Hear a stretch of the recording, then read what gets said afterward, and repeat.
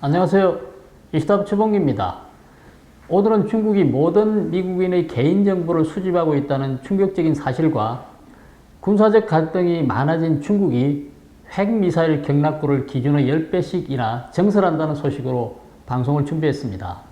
한국도 중국발 해킹이나 국민들의 개인정보 도난이 심각해 범정부 차원의 강력한 대책이 필요한 상태입니다. 먼저 중국 공산당이 모든 미국 성인에 대한 문서를 작성하기 위해 자료를 훔치고 있고 향후 수집한 자료를 이용해 유력 정치인과 민간인에게 강압적인 요구를 할 수 있다는 주장이 제기되고 있습니다. 매튜 포틴저 전 백악관 국가안보의 아시아 담당 선임 보좌관은 이번에 진행된 주상원 정보위원회 청문회에서 중국 공산당이 사이버 절도, 해킹 등 불법적인 수법으로 미국인의 개인정보 등이 담긴 자료를 빼돌렸다고 밝혔습니다.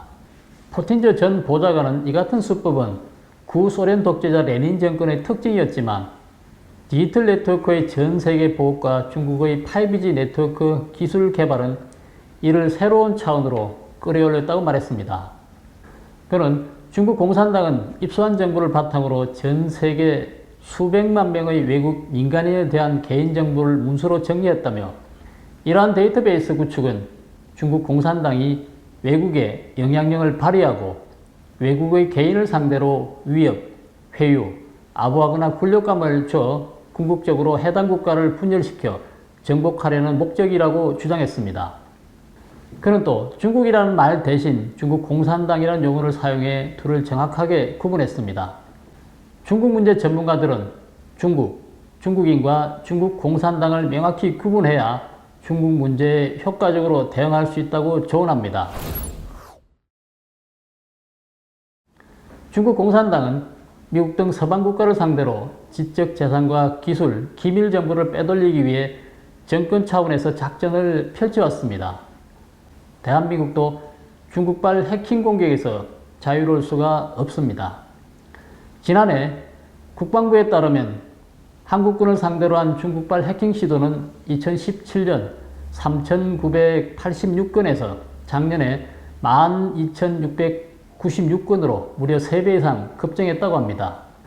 올해 상반기에도 6,139건이나 적발된 것으로 알려졌습니다. 대우조선해양 등 민간 기업, 한국원자력연구원과 한국항공우주산업 등 정부 연구기관과 민간기업까지 포함하면 공격 규모와 피해는 훨씬 더 클 것으로 보입니다. 일부 공격은 중국을 경유한 북한발 해킹으로 추정되기도 합니다. 중국 공산정권이 한국의 기술과 개인정보를 탐내고 있는 것은 공공연한 사실입니다. 포틴저 전 보좌관의 청문회 정언은 중국 공산당의 공격 목표가 군과 민간 기업, 정부기관은 물론 일반 개인과 아이들까지 무차별 공격 대상으로 삼고 있다는 점에서 문제가 더욱 심각하다고 했습니다. 그는 공산당 지도부가 빼돌린 정보는 미국 대부분의 성인과 상당수 어린이들에 대한 상세한 자료여서 개인정보 파일을 작성하기에 충분하다고 주장했습니다. 베이징이 미국 민간인들을 향해 정치전을 펼치고 있다고 지적했는데 여기에 정치전이란 정치적 선전 혹은 대중매체, 멀티미디어 등을 통해 여론을 조성하거나 왜곡된 정보를 전달하고 정오심을 부추겨 정부나 특정 정당, 정치인의 반감을 갖게 하거나 중국 공산당도 일리가 있다는 주장을 퍼뜨리도록 하는 등의 행위를 포함하고 있습니다. 이날 청문회에 참석한 또 다른 전직 국가안보관리 윌리엄 에버니나 전 국가방첩안보센터 국장은 중국 공산당은 전후방을 가리지 않고 미 전역을 상대로 영향력을 확대하고 침투하거나 절도를 감행하고 있다고 정언했습니다. 에버니나 전 국장은 미국 성인 80%가 모든 개인정보를 이미 중국 공산당에 도난당했다는 것으로 추정되며 나머지 20%는 상당한 수준의 개인정보를 도난당한 것으로 추정된다고 밝혔습니다. 그는 이러한 위협이 이론적인 것이 아니라 실제로 존재하는 위협이라고 강조하며 중국 정권이 복잡하고 치명적이며 전략적이고 공격적인 전술을 펴고 있다고 경고했습니다. 최근 미국에서는 중국 국적자 4명이 미국 민간 기업의 연구 기밀을 빼돌릴 목적으로 사이버 공격을 한 혐의로 기소된 바 있습니다. 중국발 해킹 외에 현재에서도 기술과 정보를 탈취하려는 시도가 끊이지 않고 있습니다. 중국 공산정권은 군사적 경제적 목표를 달성하기 위해 인공지능 기술을 개발 연구한 데이터도 불법적으로 훔쳐가고 있는 것으로 알려졌습니다.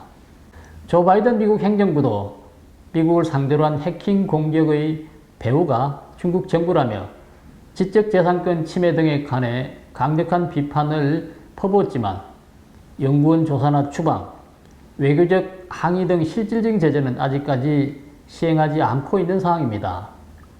포틴저 전 보좌관은 사이버 공격과 개인정보 탈취 외에도 중국 공산당이 펼치고 있는 또 다른 공격인 통일전선 전술에 대해서도 경고했습니다. 그는 약 9,500만 명의 중국 공산당원들은 다양한 지부와 단체로 통일전선 전술의 실행부대원 역할을 하고 있다. 통일전선 부서 한 곳만 해도 미 국무부의 3배에 달하는 인원을 거느리고 있다고 말했습니다. 다음 두 번째 소식입니다.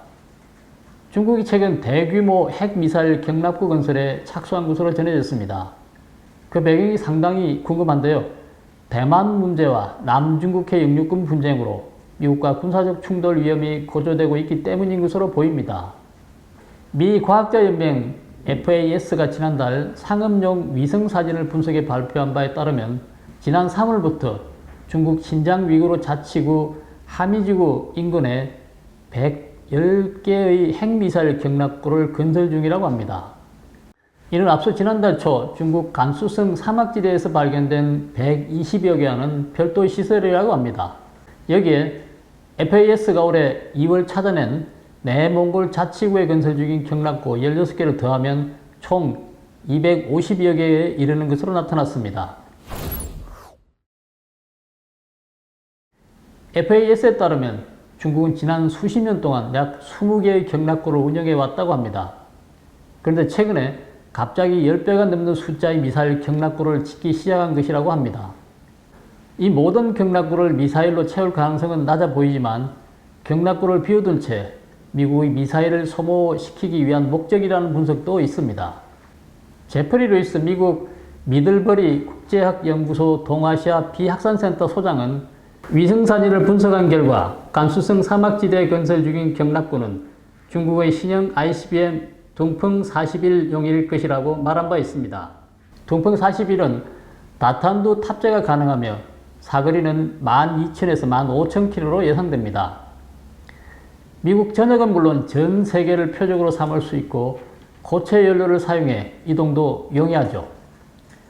루이스 소장은 중국이 실제 핵무기 보유 숫자보다 더 많은 경납고를 건설하는 것일 수도 있다고 내다봤습니다. 그는 중국이 미국의 첫 타격 이후에도 미국의 미사일 방어망을 격퇴할 만큼의 억지력을 유지하려고 핵 전력을 확대하려는 것이라고 분석했습니다.